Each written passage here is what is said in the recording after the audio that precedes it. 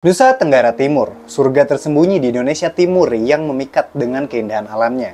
Namun di balik pesonanya, ada cerita mistis yang telah diwariskan turun-temurun. Salah satu yang paling terkenal adalah tentang Suwanggi, makhluk mistis yang konon memiliki kekuatan jahat. Hari ini, kita akan menjelajahi kisah-kisah ini langsung dari Pulau Alor yang dikenal sebagai King of Suwanggi. Ini dia edisi Bisikan Malam Nusa Tenggara Timur.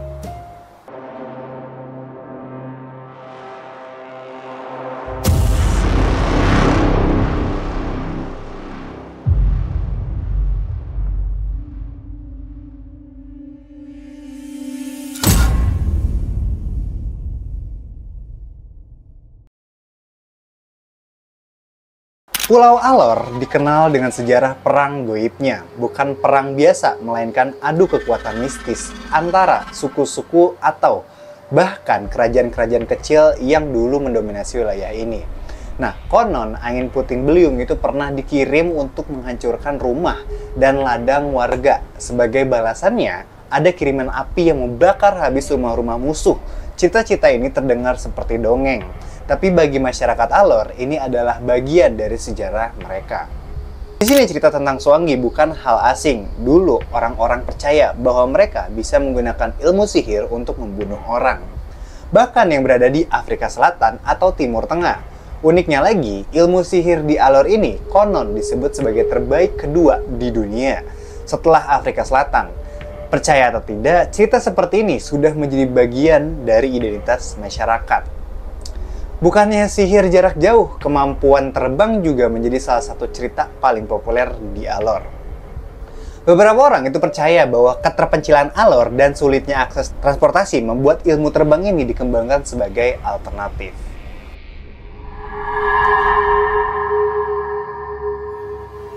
Mari kita beralih ke Pulau Endana, salah satu pulau paling selatan di Indonesia yang menyimpan keindahan dan misteri sekaligus.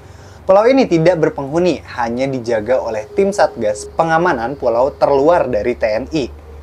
Tapi kisah misteriusnya sudah lama menjadi buah bibir. Pulau Endana memang punya misteri, misalnya hanya orang asli desa, Oeseli, yang bisa membawa perahu ke sana.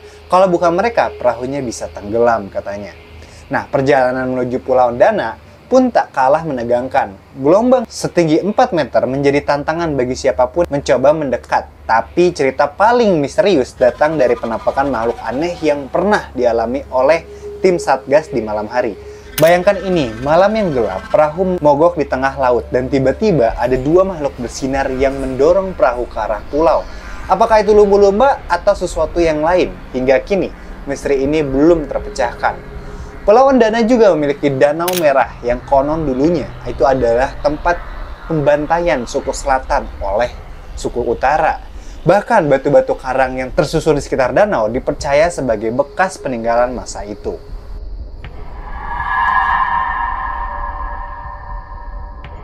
Fenomena Suwanggi dan ilmu hitam di Nusa Tenggara Timur termasuk fenomena sosial budaya dan hukum yang menjadi bahan perguncingan dalam masyarakat dari dulu sampai dengan saat ini. Fenomena ini semakin sering diperbincangkan masyarakat perdesaan yang terisolasi dari peradaban modern.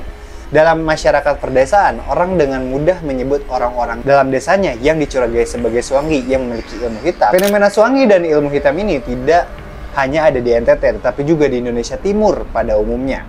Ada 3 sumber informasi tentang fenomena Suwanggi dan ilmu hitam di NTT dalam penelitian ini.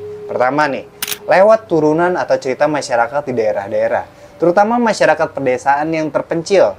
Cerita-cerita itu disebarkan dalam bentuk gosip, karena takut diketahui para Suwanggi yang sedang diperguncingkan. Kalau sampai ketahuan, maka penyebaran cerita akan menjadi sasaran pemburu Suwanggi. Kedua, lewat berita di berbagai media massa, baik media cetak maupun media online. Berita tentang tindak pidana menghilangkan nyawa orang lain karena isu Suwanggi sering muncul di berbagai media massa di NTT. Ketiga, lewat karya sastra, terutama cerpen.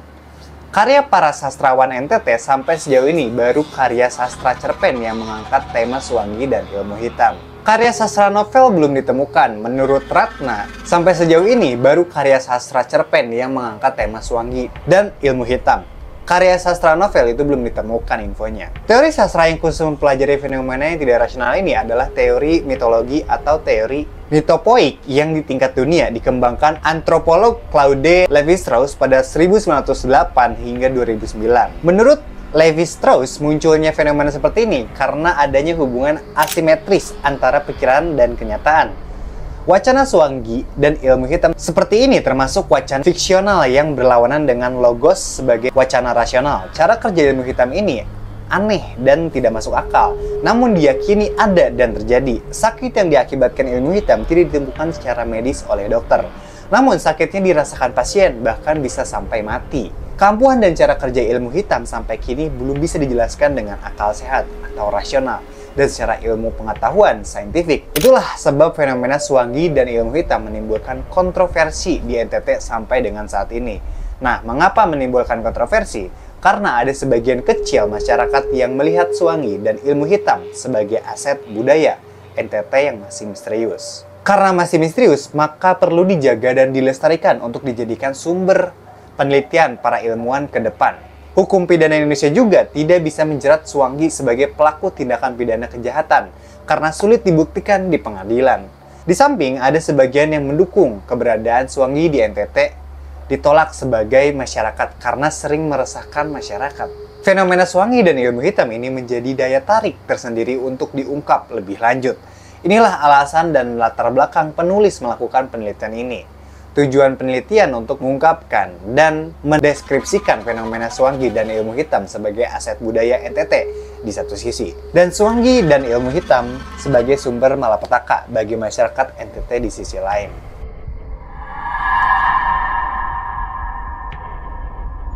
Pulau Alor dan Pulau Ndana adalah dua sisi dari keindahan dan misteri Nusa Tenggara Timur. Mereka mengingatkan kita bahwa Indonesia bukan hanya kaya akan budaya dan alam, tetapi juga cerita-cerita mistis yang membuat kita merenung betapa luasnya dunia ini.